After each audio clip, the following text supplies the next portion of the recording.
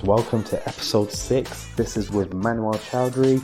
We're going to talk about his epic weight loss, how he did it, how he stays committed. Hope you enjoy it, and I'll see you on the other side.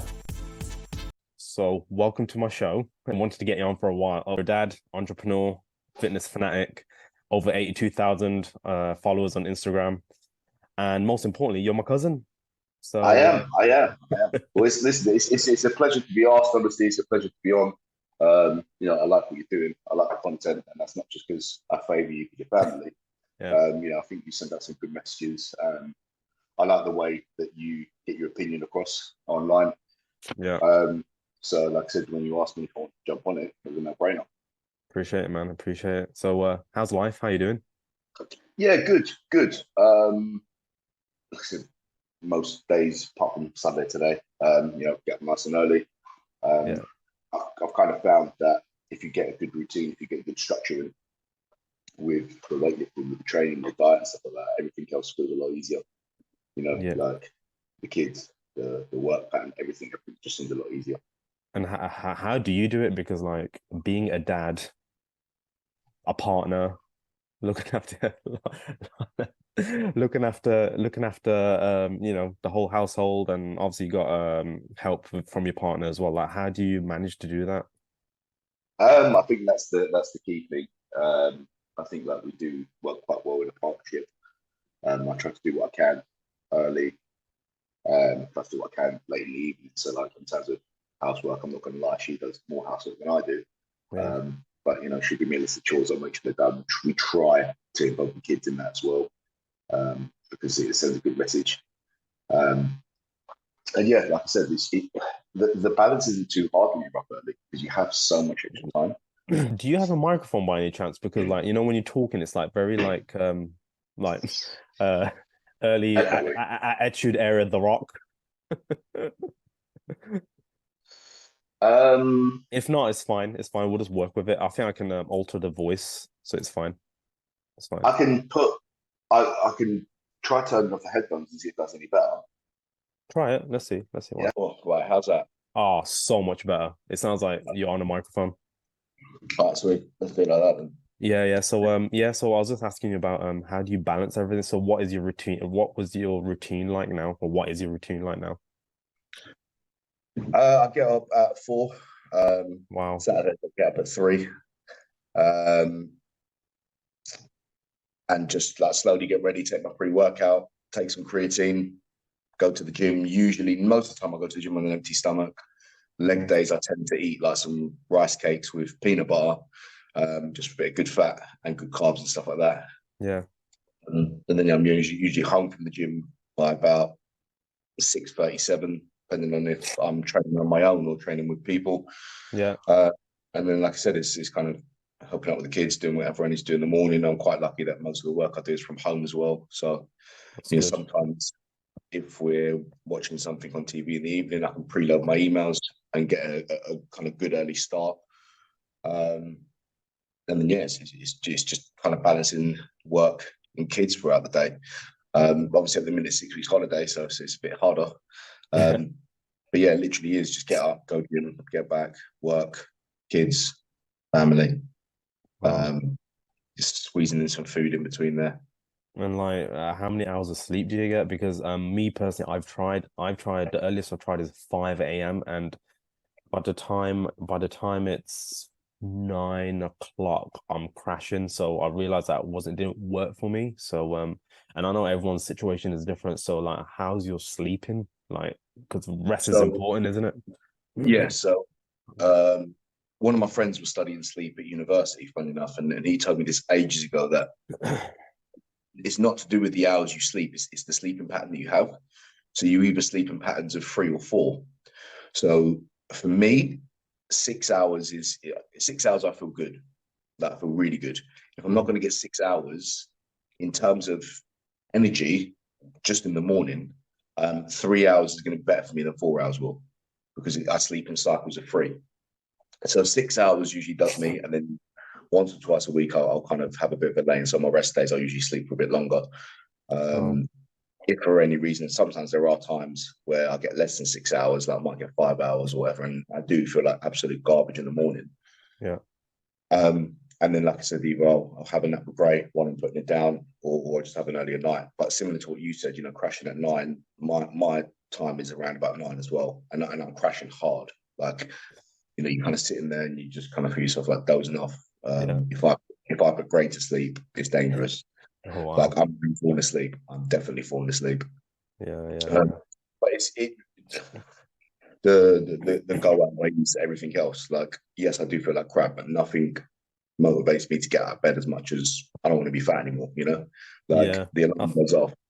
And don't get me wrong, there's some days where the alarm goes off, and most days I wake up fine. I just literally, I don't want to wake up anyone else. So as soon as my alarm goes off, obviously I'm sort of sneaking around, all my clothes are packed downstairs, Yeah. ready for wherever I'm training. Um, so that kind of helps me get up quickly because I think, okay, I don't want to disturb anyone. Yeah. But it's very rare that I struggle to get up on a gym day. Um, and like today's a perfect example. When if I have a rest day, I'm really bad. Like my alarm will go off, and I'll be like, okay, it's fine, a few minutes, and then I just go down again. Yeah. Yeah. So yeah, like gym days are a lot easier for me to get out because I just have, like I said, have that drive. I just don't want to be fat. So you know, nothing like that. Yeah, and we'll get into like not wanting to be overweight in a bit. Um People you you know, growing up with you, I've stayed with you when I was younger. People you've looked up to, and we had a WWE or the WWF, what used to be called back in the day, was a big influence. I feel on you because like the people that we looked up to were all basically bodybuilders or had an amazing physique. Yeah, But also, I also like remember when I stayed over at yours, I think I must have been 5 or 6. And me coming from a Muslim household, we didn't have no posters or anything in the rooms.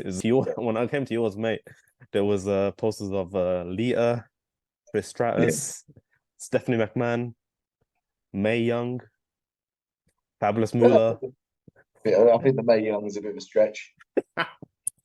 But yeah, what would you say was the would you say I'm right? Would you say like the WWE like WWE was a bit of influence in terms of like, you know, the Attitude Era was big back then, so it was like Triple H, The Rock. Absolutely, yeah.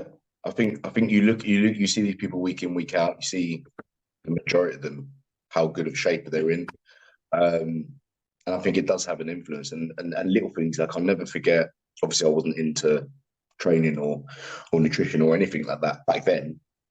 But I remember when people used to say things like, "Oh, Stone Cold's really fat," and like even back then, like you'd look at him and you'd be like, Have you seen him "What? now? He still looks good now. He Damn. does look good now." But like, I mean, I can remember one time where he was injured for a while and he came back at Backlash, where he did look like he was carrying a little bit of timber. Yeah, and it made sense because all he did was just some chair shots, but Yeah. the pop was massive.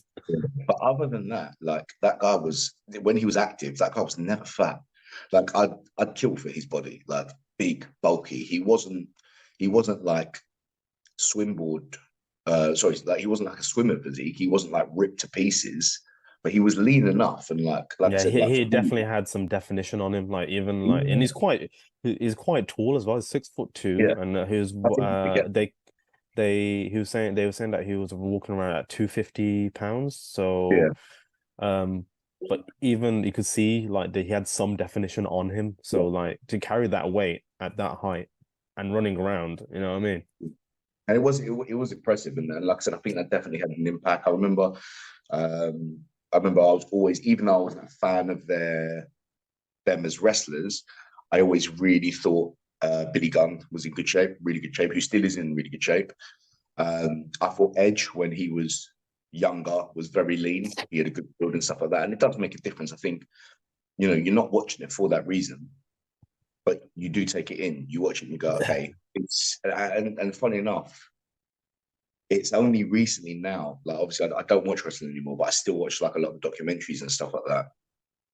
You don't realize how incredible people like Hogan and Flair looked. Like in comparison to the younger people, yes, Flair looked a bit droopier and stuff like that.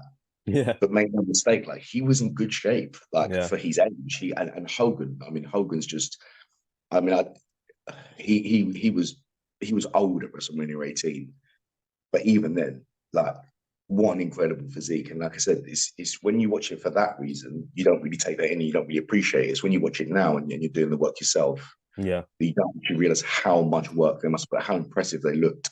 Oh, bloody hell. And that's another thing as well. It where was I going with this? Yeah, the amount of work it goes into working out and getting the results, it takes a while. It's not a quick thing. And I think I spoke about this to you the other day. I do feel like there's not much of an appreciation for people who work out and get the results that they do, because it takes a while and it's a lot of hard work. Yeah, I think people naturally people are impatient. You know, if you look at people who are looking to lose weight, the reason most of them stop or fail is because they don't get the results they're expecting within a week or two. You know, they expect to do this for a week and they expect everyone else to notice and they expect But themselves to notice. And, but they've been you eating know, like shit for like years. yeah. And it's little things like, you know, it really is a long game. And even myself, like, you know, I've gone from having these quick goals to being like, right, I want to lose this much weight this month, to now my goal yearly. Like, to be able to mentally go, right, okay, I trust the process, I trust what I'm doing, I know it works. So this is now my goal for the next year. Um, 100%. and like I said, that took a while. That took a while. And like I said, people stop because they don't see the results. And I get it, because one thing, this isn't easy. This really isn't It's easy, and not. anyone who struggles and anyone who can't do it, and everyone who says, "Oh, I gave up after the first month, 2 months, whatever," like, genuinely, I get it. I genuinely get it. It is tough, And but the gyms are waiting for those people to stay for a month to get that gym membership in January, and then they know they're gonna piss yeah, off, aren't they? yeah, and like I said, look, in the nicest possible ways, it's not the gym's job to keep them people going. It's not anyone's job to keep on going, and you know, it's all down to yourself. You have to want to do it. You have to want to see the results, and you have to want to play the long game. But make no mistake, it's really hard. Like, genuinely, it's really, really hard. Like, you look at the tracking I do. Like, I track milk in my coffee. Like, I remember you I eat, saying that. Yeah. everything I drink, it's tracked to the T, and that's because I enjoy it. It's because if I'm not exercising, if I'm not stepping on the scales, if I'm not doing anything, how can I tell myself that I'm still doing something towards this goal? And that's by tracking. Yeah. Everything's tracked. If I track my milk in my coffee, if I track, you know, whatever I'm eating, It's like I'm still mentally, you're following your routine, right? exactly. And I was Yeah, about to ask, exactly. how do you keep motivated? I know, because it sounds like tracking helps for you. What else? Is there anything else keeps you motivated? Because sometimes, like for example, I'm taking a 2-day rest now because my Yeah, body is telling me like you need to relax now. Because I'm like, oh man, yeah. I was planning to go to the gym this weekend, but I was like, you know what? I've been going like solidly for the last 3 weeks. Now I just need a 2-day break, and we'll start again on Monday. I think if you can do that, that's what it matters. Like, there's a fine line between listening to your body and looking for excuses. That Hmm. there is a very fine line, and sometimes, like, a perfect example is like I try to rest 2 days a week. Sometimes I rest one day a week, and I've done a few weeks where I've rested no days, and it kills me. Like, I get to a Wow. point where my body says you just need a day off, and the thing that motivates me is that feeling of I feel like I feel bad, I feel awful when I don't go to gym, even on a rest day, because I feel like I lose all my pump. I feel like Yeah. I've lost that kind of drive and motivation. And there's nothing wrong with 2 rest days a week at all. But I know how good I feel with that pump. Yeah. I you asked about motivation, and the social media stuff helps, because even though it's people I don't know, and it's not that I'm looking for validation, I enjoy making the videos. I enjoy making the pictures. I enjoy seeing my progress, and I treat my Instagram page like a journal. So Oh, that mate. motivates me. Yeah. You know, Yeah. Do you I know what? know. Ever since do you know what? It was your page and the guys on your page that got me into posting stuff on my page about what exercise I'm doing. And like, bloody Yeah, yeah, this is actually motivating, because I can see it is. it's like you said, it's a journal, it's like a diary of like what I've done recently, and like Yeah, what and how much weight I've used and what my form is like. There's so many benefits of actually just posting on absolutely. your Instagram page or whatever social media page you're using, and that is really motivating. And pictures, pictures are great, but naturally, as human beings, we're always going to want to post the pictures where we look good, Videos are better because you get angles. You know, video, you might get an angle that you wouldn't have posted as a picture, but then you got a good one to kind of look back through, you know, in 3 months' time. And like I said, like, you know, I can go back on my Instagram to when I first restarted this page, and the improvements are there. Like, you know when you first start training and you got your week 1, your week 2 picture, and you're going back and forth, and you're looking for any little spots of fat, and you can see a little difference more than anyone else can. And you're like, no, look at that bit. I've lost a bit of weight there. I don't need to do that anymore. You know, I go back 3 months and I'm like, I can see a difference. And like I said, being able to post on that to a degree daily helps motivate me. And it's nothing to do like, you know, I don't mean to be, but you know, I can be quite a selfish person. So my posts are not to motivate anyone. My posts are to have a journal, to have something to look back on, and to have something that looks professional. Yeah. And that's for me. Like, I like it looking professional. I like it with the good angles. And I think, you know, my post last night, like that's what drives me. That's what motivates me. I want to look as good as I do in my pictures. Because you get that light, you get that pump, you get that light, and you know, you look good. Like sometimes you catch yourself in the gym mirrors and you think, I look good, and then I don't look like that in real life, you know, without the light and the pump. And I don't Photoshop my images at all, but I do play with the brightness and contrast. Interesting. Like those gym mirrors are very they can be what's the word? Very convincing sometimes. Yeah. They're like nothing makes you look as good as a gym mirror does. Especially like I said, when you have a pump, and certain gyms like they have the downlighting and it just hits you and you just think, okay, this is good. But you know, I've had someone who made a comment in the past that was like, oh, you know, you only look good in your gym pictures. You got to have something there. But you got to have something there. You know, like for instance, sometimes you get the light and it hits your shoulders and your biceps and you get veins. Yeah. And in the gym, it looks more prominent. But you have to have that there for that gym lighting to push it out. Do you know what I mean? To make it, and I guess that's why like pro bodybuilders put fake tan on their skins, because it makes the muscles like more, I don't know, vibrant maybe. Yeah, I mean, it's funny that because I actually feel like I look less lean since I've had a tan. Since we got back from Greece, I look at my pictures, and when I was a bit lighter, you can see the shadows more. And I feel like since I've been tan, but then I don't tan like they tan. You know, they fake tan. They're a bit more orangey. Me and you, when we tan, we go brown. So I kind of feel like since getting a bit of a tan on holiday, like I do feel like I look, it's harder to see the definition. But you know, what can you do? But yeah, like I said, at the minute, my biggest driving factor is, and that's quite a nice feeling to know that, you know, my biggest competition is myself. I want to look as good as this guy on Instagram, and that guy is me. It's like the Rock. There's a meme of the Rock where it says it's you versus you or something like that. Yeah, That's what it sounds like. It is 100%. And listen, it's going back to what I said earlier on. It's really difficult. Like all of this stuff is so difficult. And you know, mad respect to anyone who's starting or who's still going and things like that. Yeah, I know so many people who start and stop and start and stop. And like I said, unfortunately for them, like, I'm not your motivator. I'm not the person who you go to and say, you know, help me. I can give you advice if you want it. Yeah. But getting up and going, that's not on me. Yeah. You know, Got you. you know, a few years ago, post COVID, I qualified as a personal trainer. But I couldn't do it. Like people would message me and be like, "Oh, I'm so sorry, I'm not going to make it today," and I'm like, I don't really care. Like genuinely, like my job is not to say to someone, no, like I don't care. Like it doesn't affect me. And I've said this, you know, if I train with people in the gym and they don't turn up and they go, I'm so sorry I let you down. And I'm like, you didn't let me down. I was there. You let yourself down. Well, not even used to let yourself down. Like as long as it doesn't affect me, I don't care. Yeah, but that person, and what I'm saying is that person's let themselves down for not coming. Yeah, that person should be apologizing to themselves, not me, because I went to the gym at the same time I go to the gym every day. I did my workout, the same workout I do every week on that split.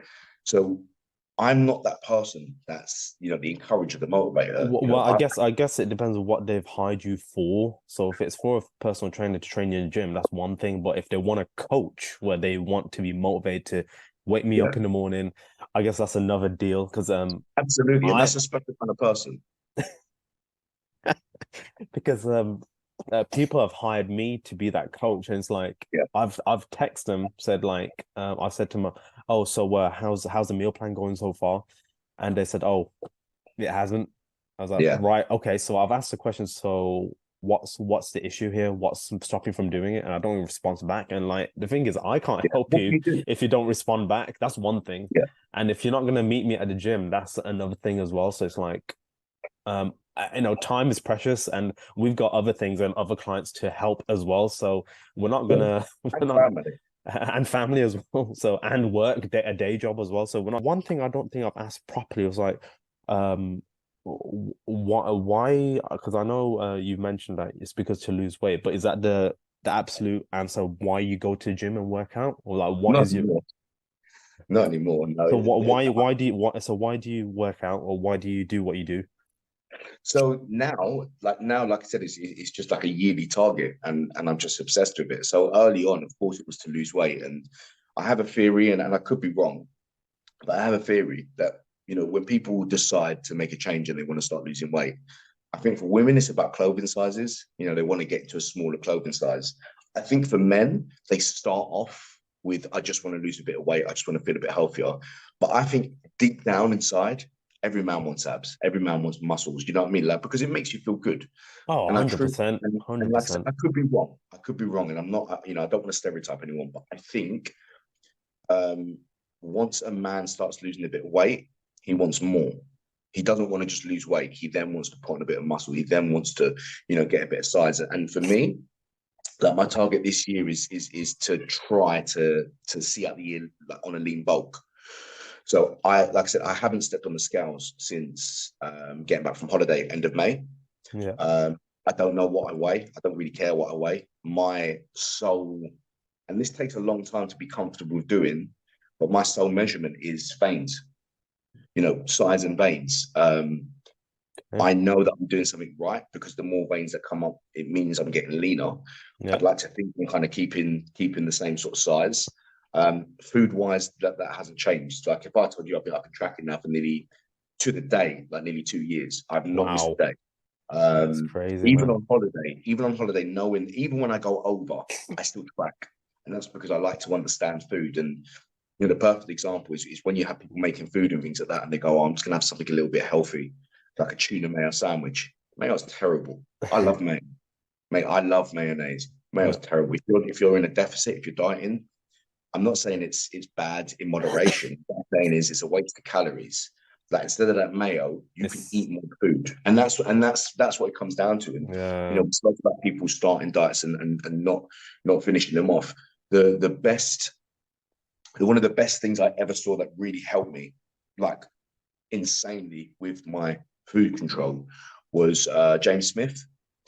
Yeah, Um, yeah, James Smith, PT. Yeah, yeah, yeah, yeah. yeah. Yeah. So I loved him when he first kind of hit the big time and got popular. Then he started to annoy me because I felt like every video was just his chance to be moody and miserable and swear and stuff.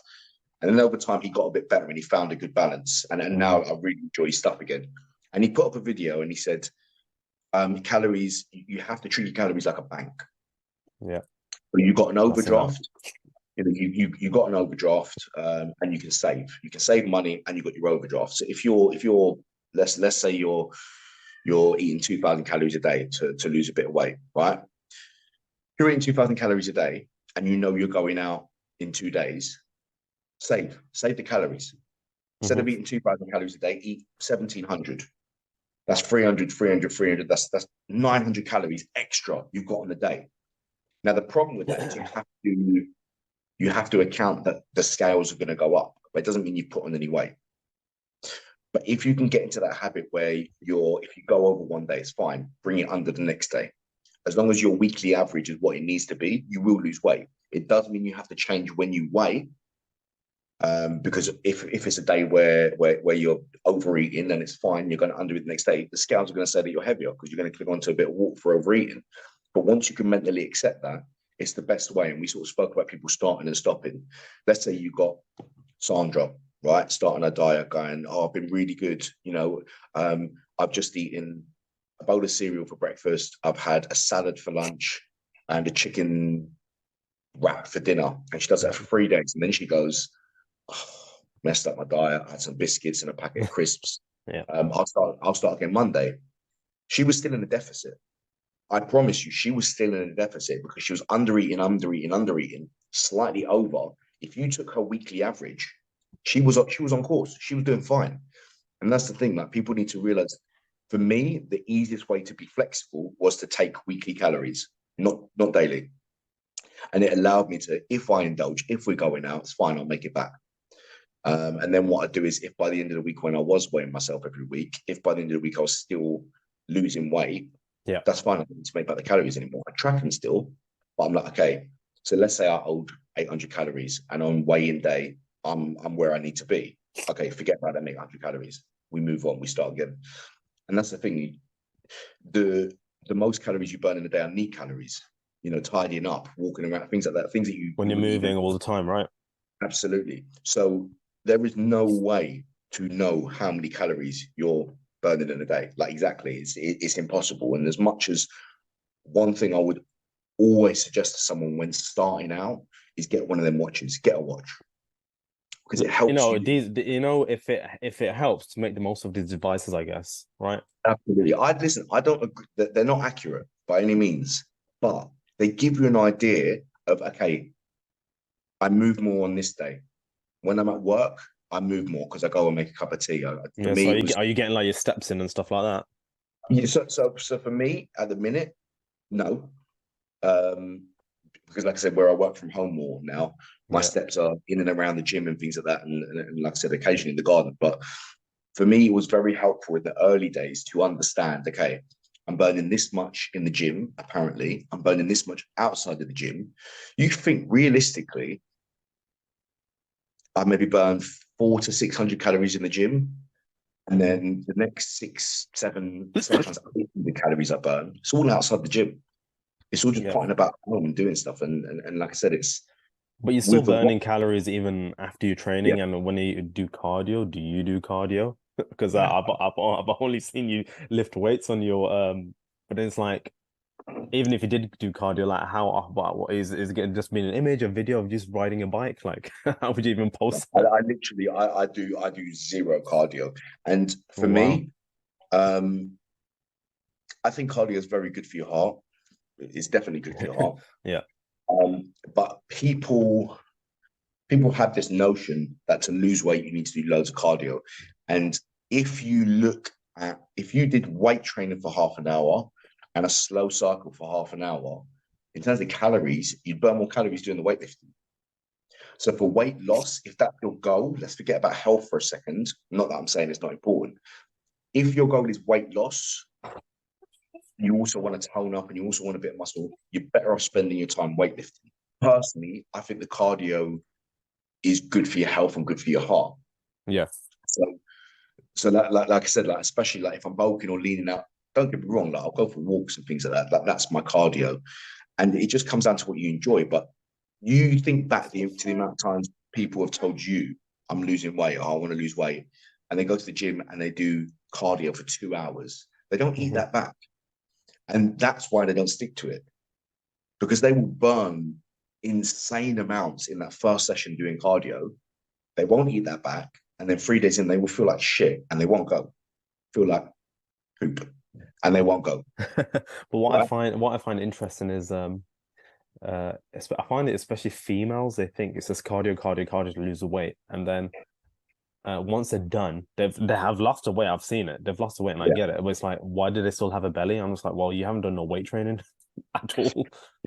The hard lesson that everyone has to learn is you can't choose where the weight comes off. You can't choose. That's it. It's all more of a complete body thing, where it's like you have to train, and it all just all work. And that's why people train different body parts, right? If you're not training, I'm not saying you have there is a argument whether abs are made in the kitchen or in the gym, and what I found, me personally, is like it is actually made in the kitchen, but you do some training around it, but it's not detrimental. You don't have to do a set or 3 sets a day every single day on abs, but because compound movements like bench press, deadlifts, it's working your core anyway. Yeah. You know what I mean? It's- So it's So it's you just simple things. It's not a rocket science. It's simple things, and they just have to be done on a daily basis, and it will just catch up with yeah. you. Where it's like, I can finally see some definition. Yeah, I mean, and it takes a while. Like for me, for my body, and I don't know how applicable this is to everyone else, but I lose weight from the top down. So if you take my chest, when Yeah, I start losing weight, it's noticeable here, and then it goes down and it goes down and it goes down and it goes. And the more weight I lose, so this bottom bit here, I still have fat there, right? That's going to be the last spot to go. Same as my belly. I lose weight here, here, here. You can yeah, see in my pictures in certain line, I have abs here. I yeah, don't have yeah. abs at the bottom because that's the last spot for it to go. And unfortunately, like I said, you can't control where you lose the weight. It's just gonna come off when it's going to come off. And you know, when people say I don't want to lose any weight, I just want to tone up. You can't. Yeah. That's impossible. You can't turn fat into muscle, right? I That's want to impossible. tone up, yeah, and I think the most common thing is uh and again I find this more for females is that I don't want to lift weights because I'm gonna get bulky. I just want to crack up laughing. So this is the one that always kind of makes me laugh. Like I've only done one serious bulk in my life. To get bulky is a chore. You cannot get bulky accidentally. Or you can get fat accidentally.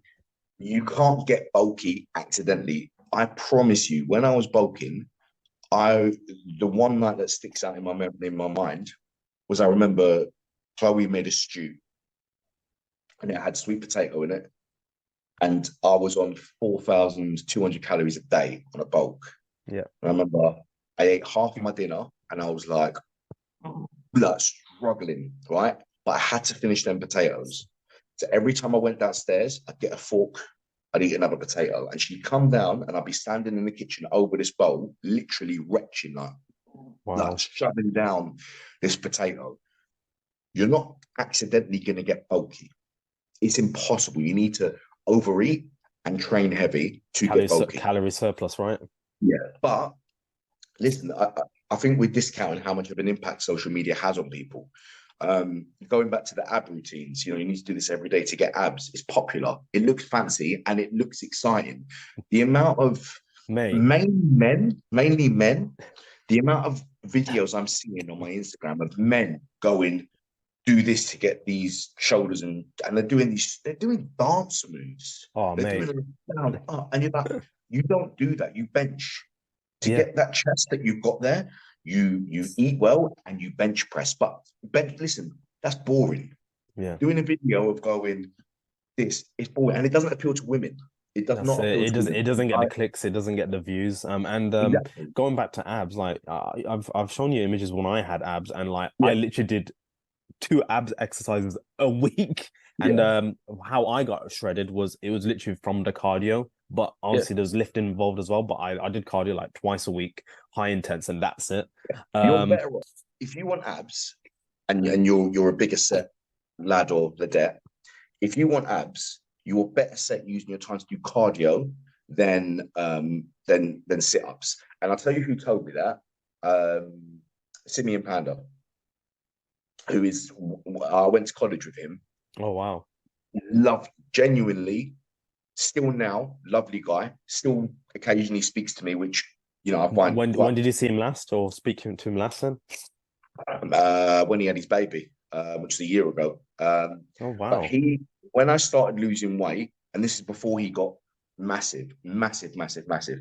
So when he was like I think he had just wait there. I think he had just signed up to My Protein as an ambassador. Yeah. So at that time, that was a massive deal. So I remember speaking to him about it. Congratulations, big move, really, really well done. Over time, you realize it's not a big move. They just go with whoever has 10,000 plus followers. It looks like it, yeah. It looks like everyone has a My Protein Yeah, discount code yeah. or Which is some why, because they sort of make money. They make money. But at the time, it was a big, like, to me, it seemed like a big move. So I remember talking to him about it. And then at the time, I was trying to lose a bit of weight.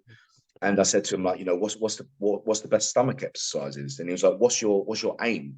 yeah. And I was just What like, is the goal?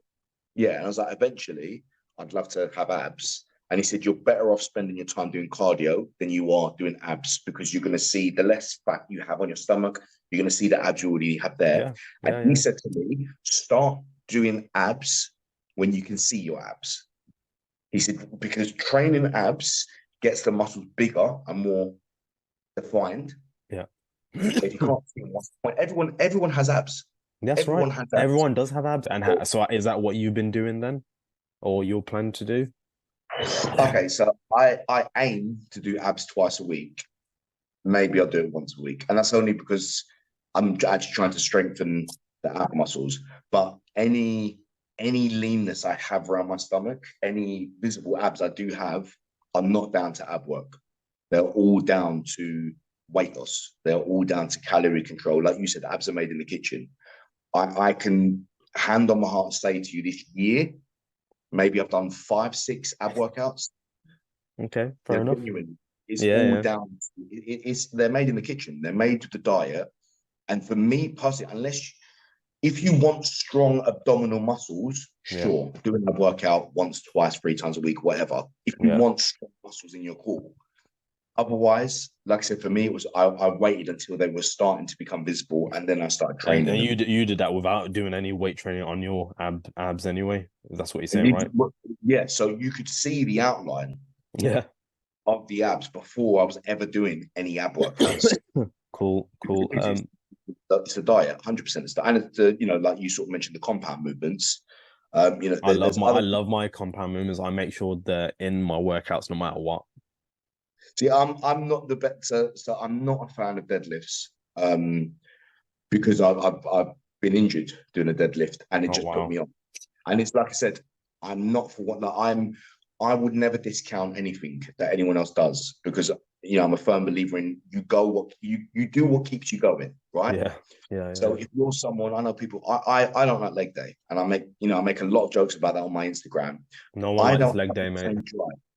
You'd be surprised. There's sick people that like it, but I don't have that drive and motivation that I do on the other days, like that obsession with the numbers. Yeah. Sorry, dogs just got in.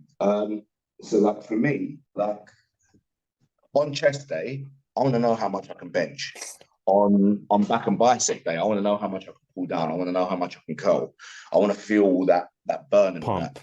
I have that on leg day. The only thing I enjoy doing on leg day is leg extensions. That's the only thing. Because of the feeling. Yeah. I like watching the numbers go up. So if you have someone who says, deadlifts are really good for you, they are, but they're not good for me. Yeah. Because for me, one, I have this paranoia about the risk of injury. The lower back part is, it hurts. That first initial lift, what's the word I'm looking for? You are very, what is the word? I don't know what the word is, but that first initial lift, you are at risk of injury if you do it wrong, right? So you're talking about millimeters difference of where to have your back, right? Yeah. No one's perfect. So all it takes is the odd wrong movement. I'm not going gym for a week. Got you. If I hurt my back, I'm not going gym for. So straight away for me, it's not worth it. Right. Having said that, I can tell you now, bench pressing, my shoulders are at risk. Every time I bench press, my shoulders are at risk. Yeah, I stopped doing flat bench because I feel like it doesn't benefit me compared to an incline. So I'm more focused on an incline now because I just. So I again, and I don't know if this is arrogance or I don't know if this is vanity.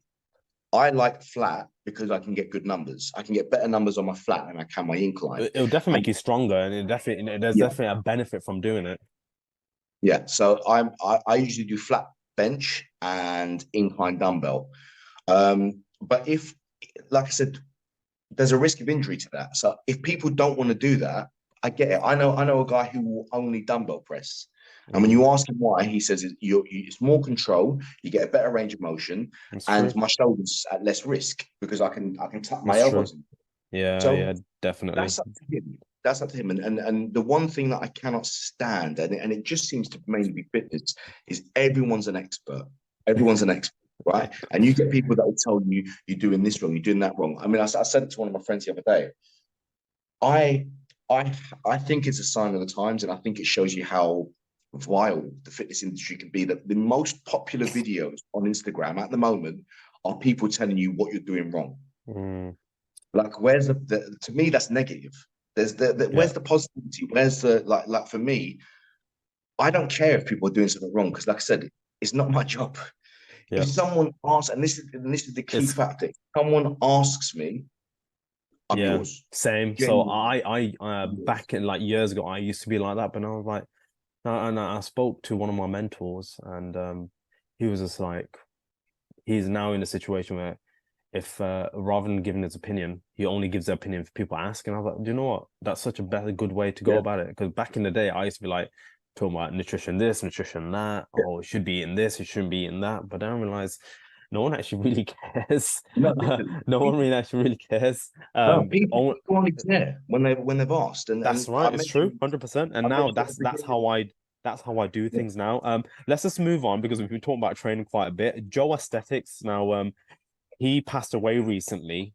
yeah. Um, what did you think of him? Because I'm not, I don't really follow like the bodybuilding community much, but from afar, because I'm on social media and I see people post about these people.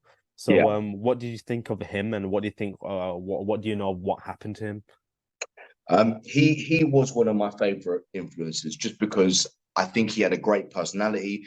Like most people, I only came across him because of the chest Yeah, thing. It was yeah. just a Apparently, random it was video. like a medical condition. I think when I It's heard a him speak about disease. it. Yeah, it's a disease, which is why I think there's only one or two people in the world that can do it. And that there's like a wave that you can do, and there's a tense that you can do, but to have the constant rippling, it was actually a disease. So Wow. I came across that video and I thought, oh, that looks insane. Like, imagine being that lean. And then I started following him. I liked his content. I liked the way. So, like when he would do these videos, I just sort of mentioned about people, you're doing this wrong, you're doing that wrong. His videos never started with doing this wrong. His videos would be like, he had that heavy German accent, and he'd be like, if you want an insane pump, brother, Yeah. and he'd just start curling and do the shoulder ones. And And then maybe because you're half German, that kind of like resonates with you, maybe, maybe. maybe, but I just thought he was a good character. And he just started popping up on all the other influencers that I followed.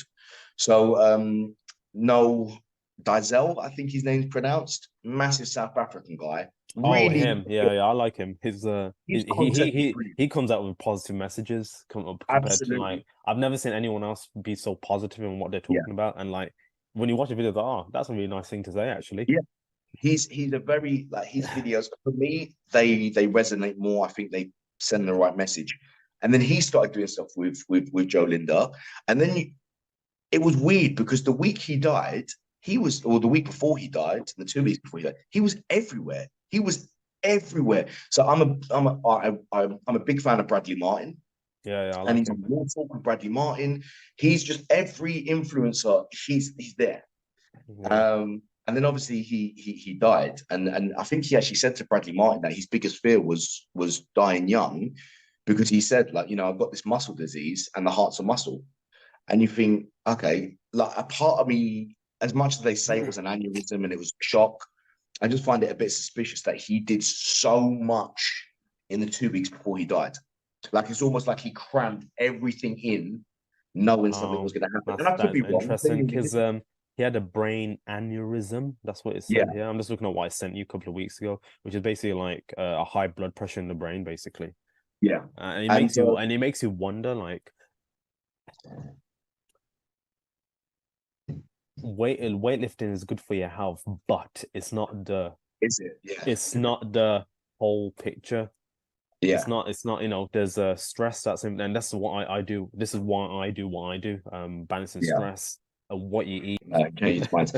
But Um, yeah, stress, your toxic load, because I talk about other things as well. Weight training, what you eat, and just yeah, how you are day to day. Like all these things count, and it seems like, and even I'm going through that at the moment, where it's like I said earlier, I'm telling myself when to stop now, just to have a break, yeah. because I think for me personally, I think the exercise, obviously, there's no shying away. I'm not young, I'm getting on a bit. So the intensity that I train at probably isn't good for me. I do a lot of 1 rep maxes, which aren't good for anyone. They're good for younger people, but for an older person like me, I should be doing lower weight and higher reps, but I don't. And I could sit here and say to you now, I know what the right thing to do is. It doesn't mean I do it. Yeah, right? it's just a And human psyche, isn't it? there was a joke in the office where everyone assumes that I'm healthy, and I used to say to them, if you cut me open, it's going to be black inside. I am not healthy. I am not healthy. But isn't I that something know. that you want to work on then? Because like, you know, what I wanted to ask you earlier was like, how much veggies do you get in your meals? Because like, I make sure I have a salad or vegetables in every meal, and Yeah, vegetables are good for you. But it's like what I find in the bodybuilding community is just calories, calories, calories, protein, and carbs, yeah. and So, or a so lack of carbs. So yeah. what do you do yourself about that kind of stuff? Okay, so diet wise, my main priority is protein. Everything else, as long as I've hit my protein goal, all the other calories can be whatever I want it to be. Um, But yeah, you're talking yeah, about if someone opened you up, you'd just be black inside. So doesn't that worry you? Because like I always advise all my clients and everyone like get your veggies in because like so this would be a perfect example of me saying, I know you're right, yeah, but it doesn't but mean. And the main thing it comes down to for me is almost laziness. So it doesn't so for some people it doesn't taste fantastic either. it's the taste doesn't bother me too much. So I probably genuine. This is genuine. I probably have veg maybe 2 or 3 times a week, Wow. and that's only because Chloe makes me. We'll make a dinner with veg on it, and I don't waste food. So Yeah. firstly, when I have veg, I don't track it. I never track veg because it's so low. I mean, potatoes, obviously, starchy veg, yes, I'll track. But things like broccoli, peas, sweet, I never track veg because it's so low in calories. The closest veg that I'll have religiously is I have a lot of mushrooms, again, because they're volume, they're low calorie.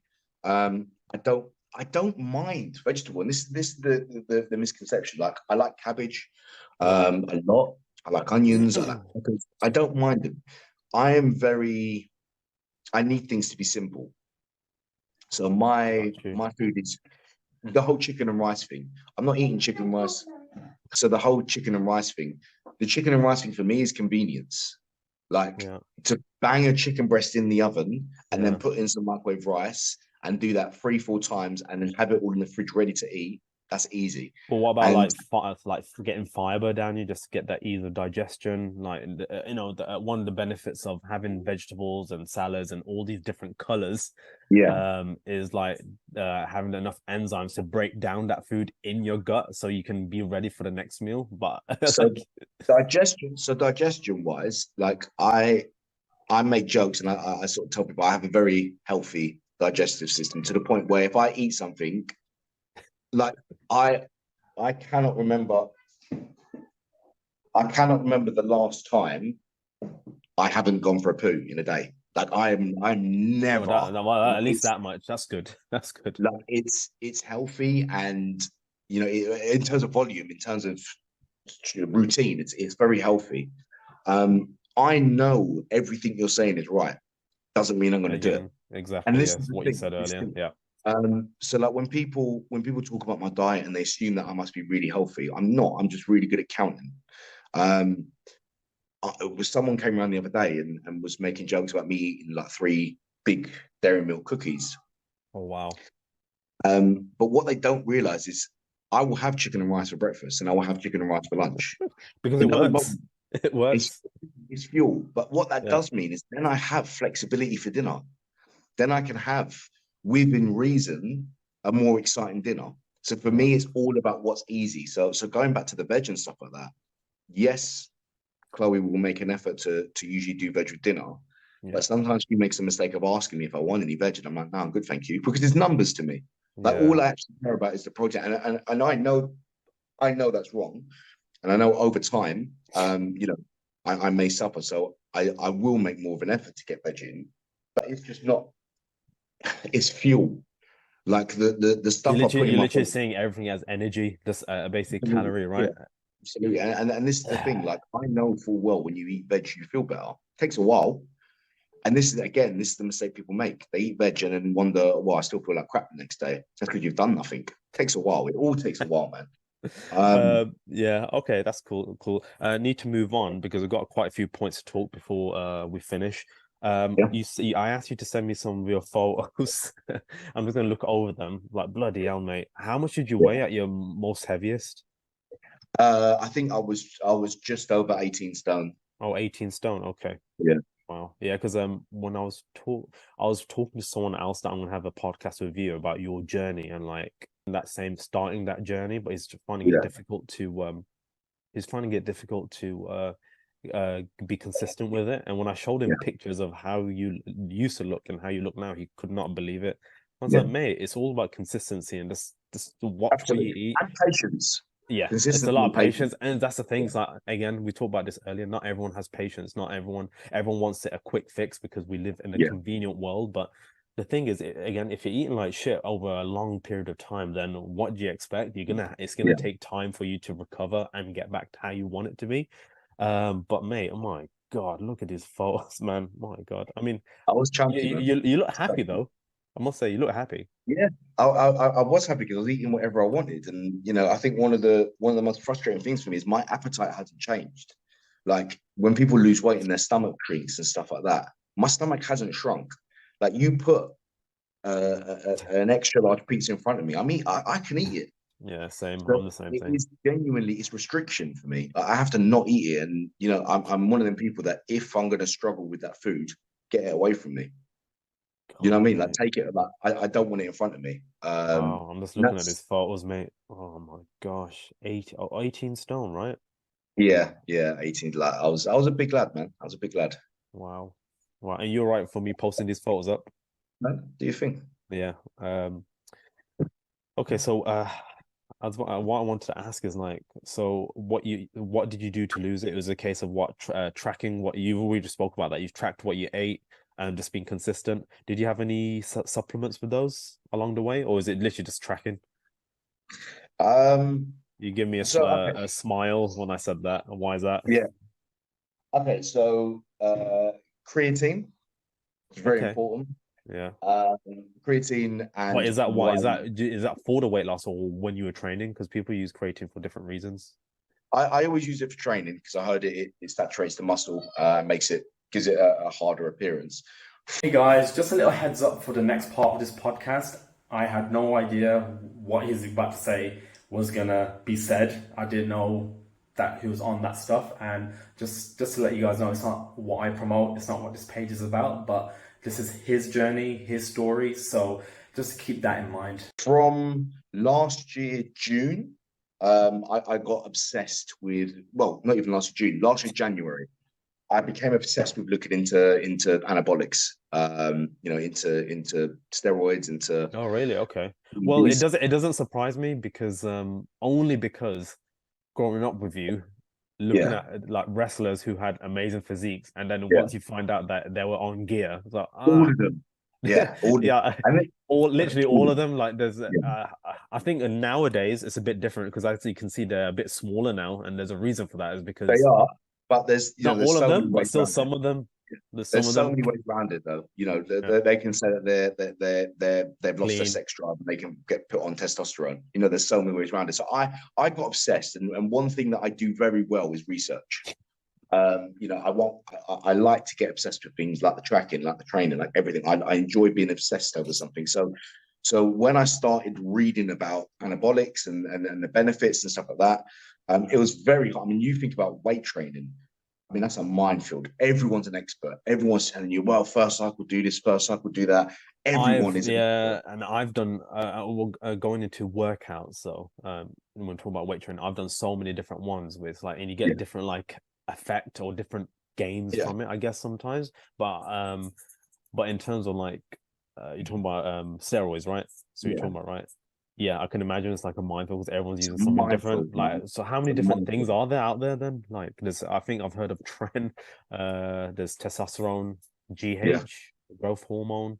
Yeah. So I mean, the only stuff that I've dabbled with, and I say dabble because everything I do is very light. So I was lucky enough I found a website, and it's really fascinating. And I'll send you the link. Not sure if you want to promote it or not, but that's up to you. But I found a website, Probably and probably it's a won't, doctor. but I'm more than happy Yeah. to read Okay. into it because So who knows, one day I might come up against someone helping them with it or yeah. something. So he's a doctor, and he's in good shape. And his whole thing is, it's not that steroids are bad, it's that people misuse them. And he goes through, Interesting. okay, so when you first start, this is the safest compound, the safest dosage you can use, and you test it out. So rather than having what's a good first cycle, he has a pre-cycle. So he has, do this first, see how your body reacts, because everyone reacts differently. See how your body reacts. Once you do that, here's a beginner cycle, and it's very broken down and it's very safe. So I took his numbers and everything. So once I had his numbers and his dosages and his recommended stacks, I then Googled them separately. And a lot of people would say, okay, that's a good number. That's a good number. That's a good. So I was like, okay, cool. This is a reliable source. Because listen, half the battle with them is finding reliable sources of information. But that you what are can like trust. this? What are the, is there any side effects to using this kind of stuff? Okay, so Because you know there's a funny video on TikTok or Instagram where it's like, oh, there's this guy, you've probably seen it. It's like people say that roids give you roid rage. yeah. And then his wife comes in and is like, if I shut the fuck up, bitch. Yeah, Mark Plummer. Yeah, Mark, yeah. So okay, so side effects. Well, I've been really lucky. I've reacted to everything I've taken, and like I said, it is very low dosage. So to give you an idea, Joe Linder, when he first did Tren, was on 700 milligrams a week. I'm on 75 milligrams a week. The recommended beginner's cycle is 150, but I Wow. kind of read into it, and so you have to take, you can't just take one thing. So to take that, you also have to take some tests, and you test is your base. So you take tests to keep your test levels up, because everything else can drop it. So on the 150 recommended mg of Tren, it was 600 mg of test. I've never done 600. The most I've done is 300. So I went, okay, instead of 600, I'm going to drop that down half, which means I'm going to drop that down half. So what So is in this? terms of What is going to happen to you? Like, obviously build muscle, but like, what is the benefit of using this? Okay, so for me, the benefit, there's two benefits. One, you recover quicker, like you recover really quickly. Two, the fat loss is more fat oriented. The weight loss is more fat orientated. Wow. So I'm not the numbers I'm on. We're not talking about giant gains. It's never going to be giant gains. It's always going to be very, very, very minor. And I would probably say the one frustrating thing about everything I've done is I'll never know how much of it was that and how much of it was right. So it's like it's an experiment for yourself, right? Like to see how it I'll goes. never know. I'll never know. But one thing I will say is you cannot discount the work that has to go in. You still have to work just as hard, and it's not a magic pill or a magic injection. You have to do the work. You have to make sure at some point. It's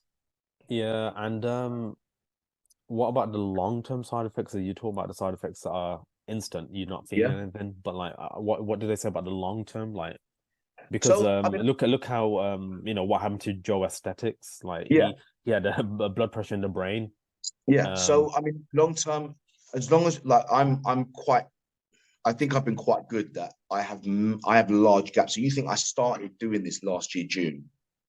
1, 2, and this is only my fourth cycle. So I can stop doing it, and I take long periods off, and I get my bloods done and everything, and I make sure everything's working. And at the moment, everything's been good, and I think I can attribute that to having low dosages, very low dosages. And funny enough, we go back to everyone's an expert. The amount of people are, oh, you should have done double that, you should have done this, you should have done that. I know my body better than anyone else. I'd rather be safe and go, okay, if I keep it at this level. I mean, in terms of side effects, at the minute, hunger is bad.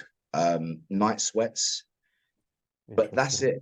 I'm not getting the rage and things like that. And there may be times where maybe I am a bit more short-tempered than usual. I don't know.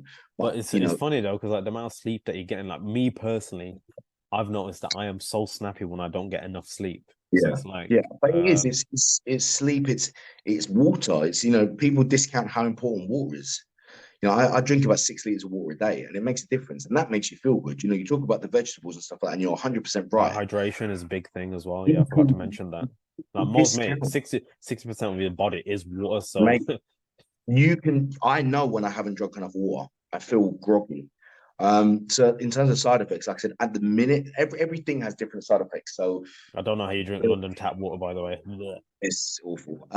So like the first cycle I did, it was all good. Like genuinely, everything was brilliant. I felt amazing, and even to the point where the older you get, the more your testosterone level drops. So I'm probably at a good level. Yeah. And the numbers that I'm running, like I said, I'm not doing anything crazy. I'm just kind of topping it up a little bit.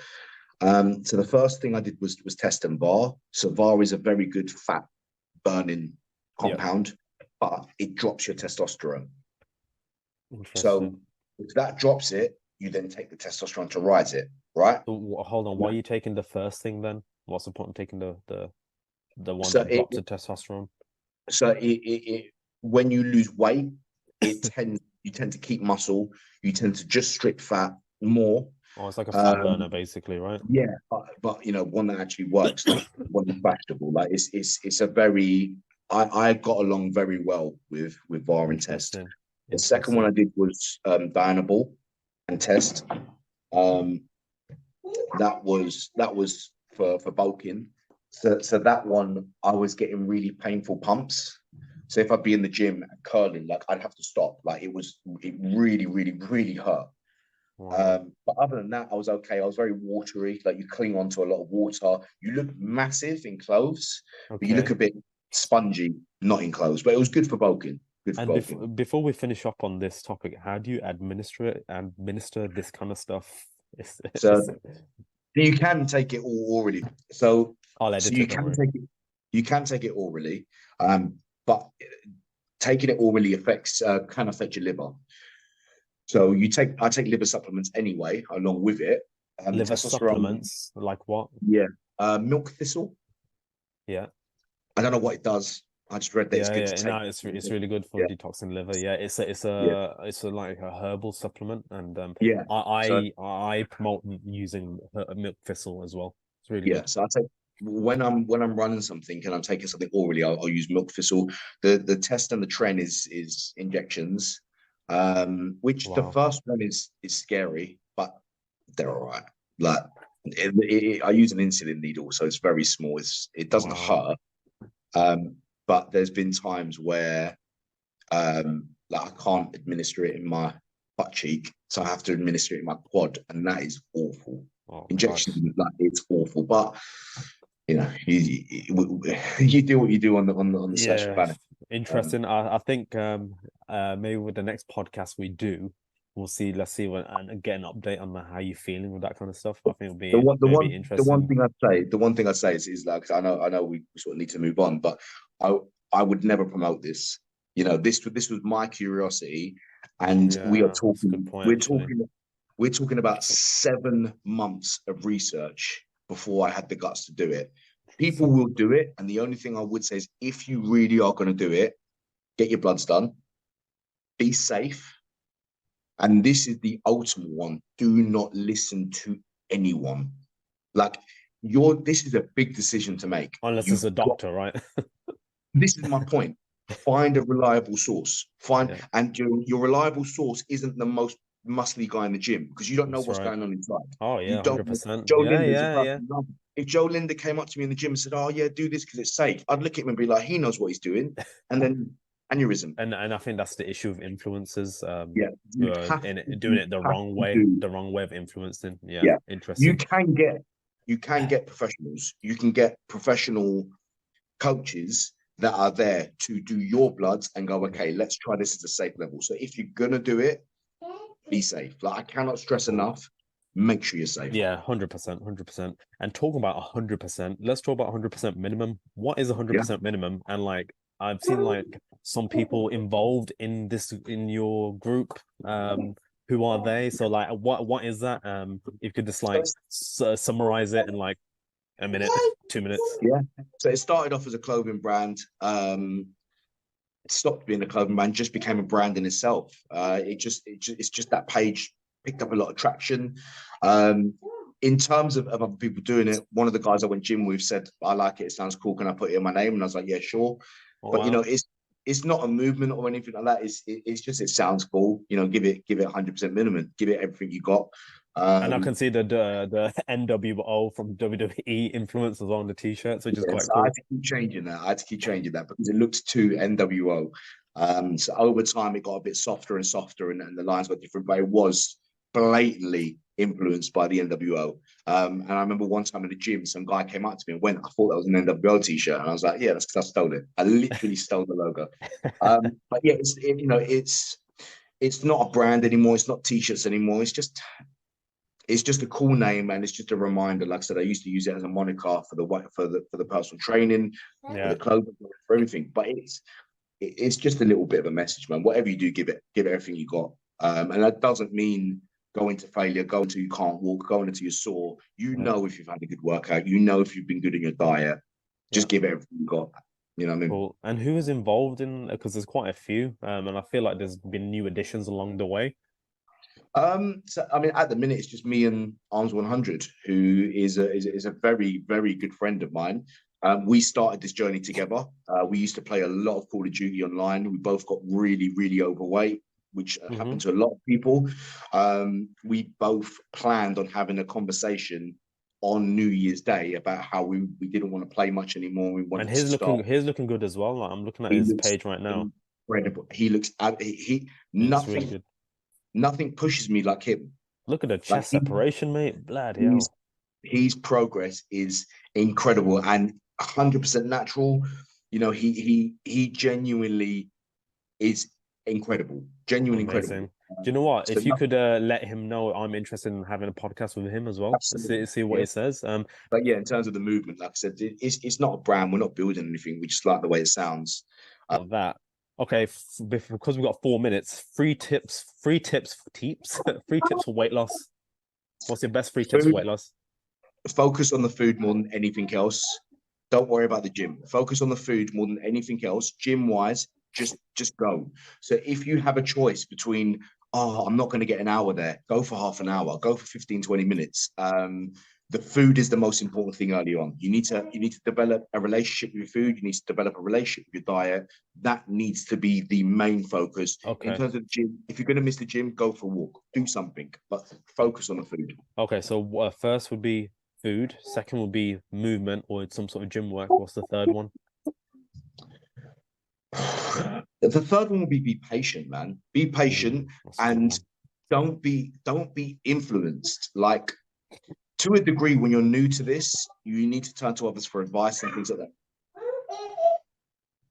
that. You're new to this, you need to turn to others for advice, and there's no harm in asking for help. But have a plan and stick to it. And I'd probably say actually the third most important thing is look at who is giving you the advice. If the person is not in good shape, they don't know nothing about diet. 100%. That's interesting you say that because, like, why would you follow someone who's not walking the walk as well? Would you take financial advice from a homeless person? The answer is no. You wouldn't take financial advice from a broke person either. Exactly. Yeah, like they're the three main things. And like I said, everyone's an expert. Everyone is so disappointed and ashamed in themselves that they can't do it, that they then start to focus on telling other people. I don't want to hear about how 5-10 years ago you used to have abs. I don't care. That doesn't give you the right to tell me what to do. Look at who is giving you the advice. 100%, 100%. What does health mean to you? It means more time. It means more time on this planet. Hopefully, it means more time with the kids. It means not being embarrassed. When we go on holiday and stuff like that, I hated being overweight. I hated it. We'd go to the beach and I'd be wearing a t-shirt. And then obviously that affected my mood, being able to play with the kids. And can you get in the pool? And I'm like, I don't want to get in the pool because I don't want to take my top off. It's things like that people will never understand. That's what it gives you, the confidence and the freedom to actually just be a better person. Amazing. Okay, just wrap it up. Where can people find you? So Instagram is probably the best places where I'm most active. What's that called? That's at 100% minimum. I'm not sure if it's spelt or typed. I'll leave that for you to kind of put in the comments. I'll put it underneath. Yeah. Don't worry. But that's where I'm most active. Instagram. I do have a YouTube page. 100% minimum. That's spelled out. But everything there is kind of recycled content from Instagram. So the best place to find me is Instagram. Okay, cool. That's brilliant, mate. right? And that's it. Thanks, No man. worries, man. Really appreciate it. It's been good catching up.